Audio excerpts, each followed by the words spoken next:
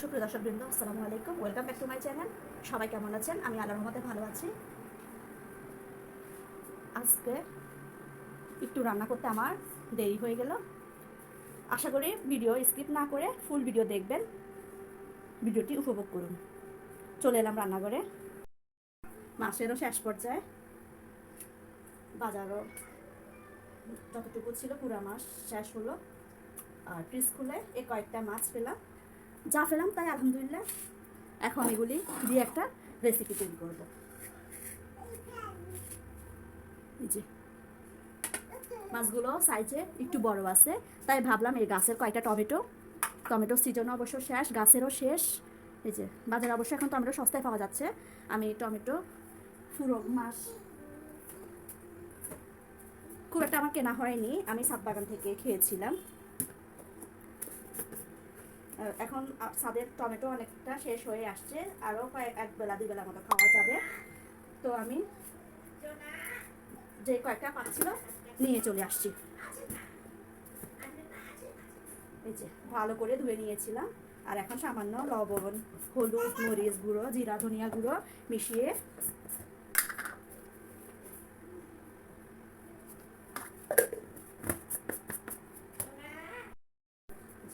জিরা ধনিয়া গুঁড়ো দিয়ে দিলাম, হলুদ মরিচ লবণ সব কিছু দিয়ে। এই যে আরেক টুকরা লেবু দিয়ে দিচ্ছি। আমি ভাজা ভাজিতে সবসময় লেবুটা দেওয়ার চেষ্টা করি, তাহলে এই যে মাছ ভাজির মাছের যে একটা গ্রাম থাকে সেটা আর নষ্ট হয় না, আর মাছের যে একটা আষ্টে গন্ধ ওইটা চলে যায়।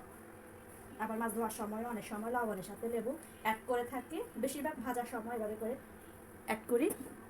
যাই হোক, এই যে কথা বলতে বলতে লেবুর রস যতটুকু বের হয়েছে অ্যাকচুয়ালি দিয়ে দিয়েছি রসগুলো, মানে কয়েক ফোঁটা যা পড়েছে আর কি। এই যে মশলা এপিট ওপিট করে সুন্দর করে লাগিয়ে নিচ্ছি। এভাবে করে করলে অনেকে আবার পেঁয়াজ রসুনও একটু একটু পেস্ট দেয়, আমি অবশ্য তা দেখিনি না, তা অবশ্য আমি করি না। যেভাবে আমি মায়ের কাছ থেকে শিখেছি ছোটোবেলায়, মাকে যেভাবে করতে দেখেছিলাম, বা আমার এক আপু ছিল মানে বিয়ের পরে, উনি এইভাবে করতো সব কিছু দিয়ে, তো আমিও ওভাবেই করে থাকি আর কি। এই যে রেডি, মাশাল্লাহ ম্যারিনেট করা হয়ে গেছে। চুলাটা জ্বালানো হয়েছিল, গ্যাস অবশ্য নেই, তাই এই চুলায় আমি চা করেছিলাম, স্টিম হয়েছিল। আমি এখন ফ্রাইতে দিয়ে দিলাম, যেহেতু মাছগুলো আমি ভাজি করব। পাঙ্গাস মাছে আবার তেল চর্বি থাকে, তাই আমি তেলের পরিমাণটা একটু কমিয়ে দিলাম। যতটুকু তেল বের হবে অতটুকুতে আমি রান্নাটা কমপ্লিট করার চেষ্টা করব। আমাদের আঞ্চলিক ভাষায় একটা কথা বলে, কই তেলে কই ভাজা, আমিও তাই করব। ওটা সুন্দর করে এবারে আলতোভাবে বসিয়ে দেবো। বিসমিল্লাহ।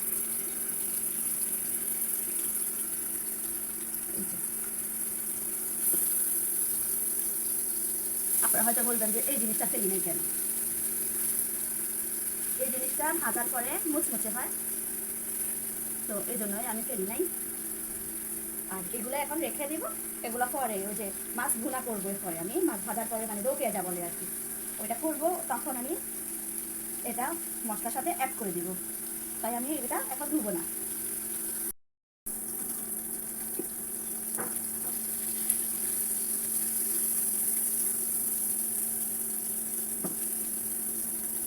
মনের ভিতরে যে মন, সেই মনেতে তুমি কথা,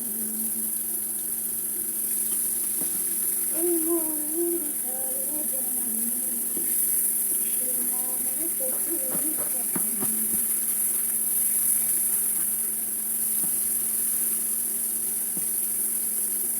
রান্না করতে করতে এরকম গুনগুন সবাই একটু একটু করে, আমিও তার থেকে ব্যতিক্রম না, আমিও একটু একটু করে থাকি। যা ভুল হোক বা শুদ্ধ হোক, এটা একটা মনোরঞ্জন আর কি।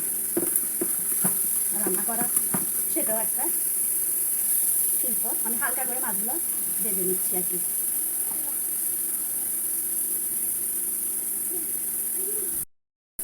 হালকা ভাজা হয়ে গেছে মাছগুলো, তুলে নিচ্ছি।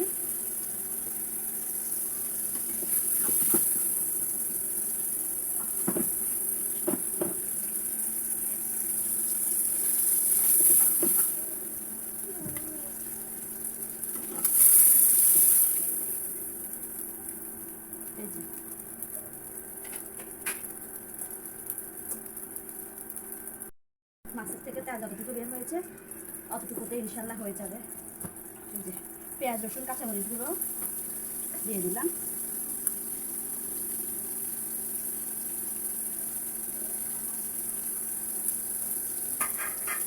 এবার এই যে টমেটোগুলো দিয়ে দিচ্ছি।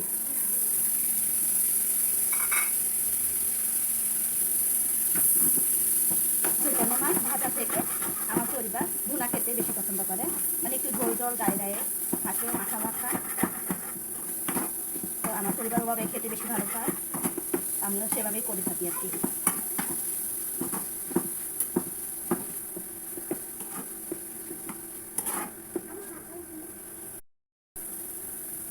দিয়ে দিচ্ছি লবণ,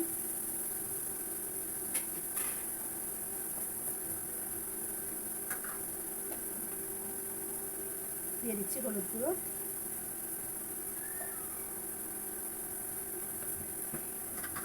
এখানে আর আমি অন্য কোনো তরকারি অ্যাড করবো না, গুঁড়া মরিচ দিয়ে দিচ্ছি। সব কিছু আমি সামান্য সামান্য মোটামুটি চামচের মতো হাফ চামচ করে দিচ্ছি।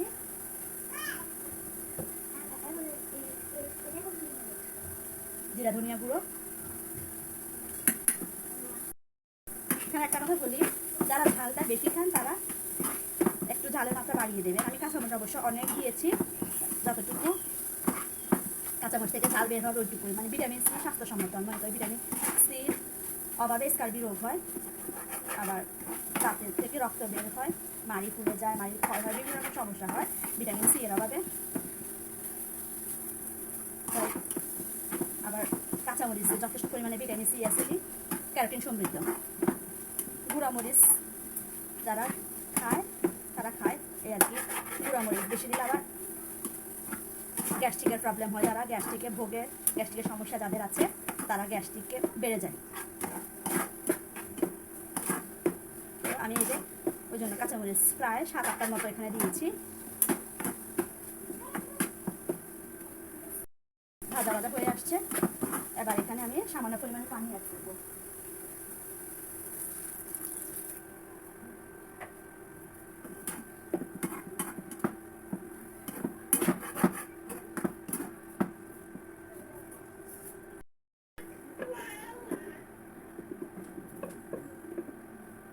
চুলার আগুনটা একটু কমিয়ে দিচ্ছি।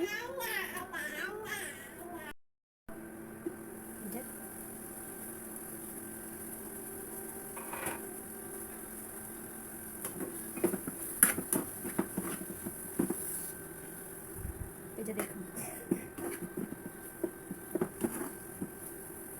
আমার মশলা কষানো হয়ে গেছে। এবার এখানে আমি এই যে এগুলো সুন্দর করে বসিয়ে দিচ্ছি।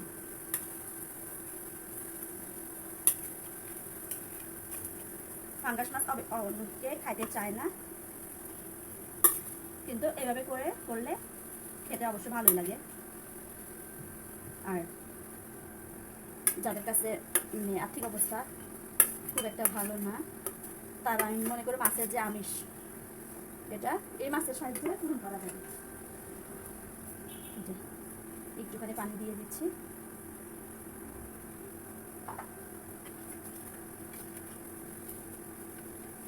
চাইলে আমি অন্য আরেকটা প্লেটে রাখতে পারতাম মাছগুলো, এখানে রেখেছি কারণ ধোয়ারও একটা ঝামেলা আছে। আমরা যারা রাঁধুনি রান্নাবান্না করে থাকি বা বাসায় অনেক ধরনের কাজই তো থাকে, বিশেষ করে থালা বাসন ধোয়াই বেশি লাগে। তো 2-1টা নিজের জন্য যদি কমানো যায় সেটা নিজেরই লাভ। 1টা হোক 2টা হোক, প্লেটটা তো একটু কম হলো এই আর কি। জি, সুন্দর করে এগুলা দিয়ে দিলাম। বাসা ধনিয়া পাতা নেই তাই আমি ধনিয়া পাতা অ্যাড করছি না, ঢেকে দিলাম কিছুক্ষণের জন্য। এগুলা হতে হতে আমার কাজগুলো আমি অনেকটা সেরে ফেলেছি। দেখুন এগুলো হয়ে আসছে, লবণটা চেক করে নামিয়ে ফেলবো। বিসমিল্লাহ।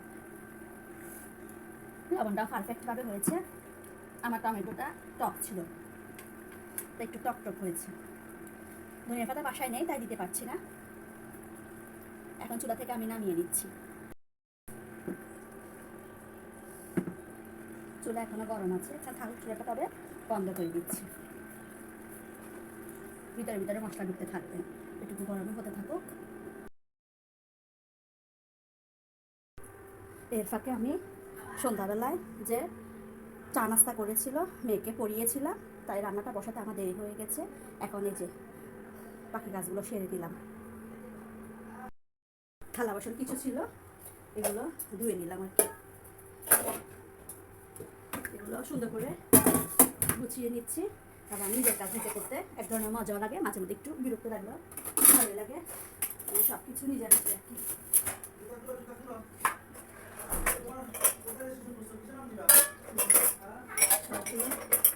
যে সন্ধ্যাবেলায় নাস্তা পানি করার পরে এগুলো দেওয়া হয় নাই, তাই এগুলো এখন সামলাই নিচ্ছি। সবগুলো গুছানো শেষ, জায়গাটা পরিষ্কার করে নিই। ওইদিকে বাদ পড়েছে, ওদের খিদে লেগে গেছে। এখন আনুমানিক 10টা থেকে বেশি বাজতেছে। সুন্দর করে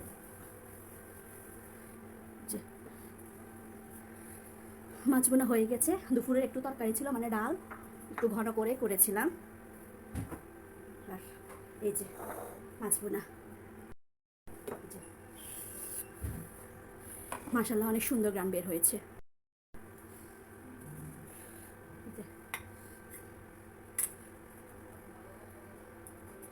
এবার কড়াই পুরোটা দিতে ভালো লাগে না, তাই একটু বেরিয়ে দিচ্ছি। আমার পরিবার আবার এরকম করে একটু বেড়ে দিলেই খুশি হয়, মানে পুরো পাতিল সহ অনেকে নিয়ে নেয়। এটা অবশ্য মাঝে মধ্যে করি, আবার মাঝে মধ্যে করিও না।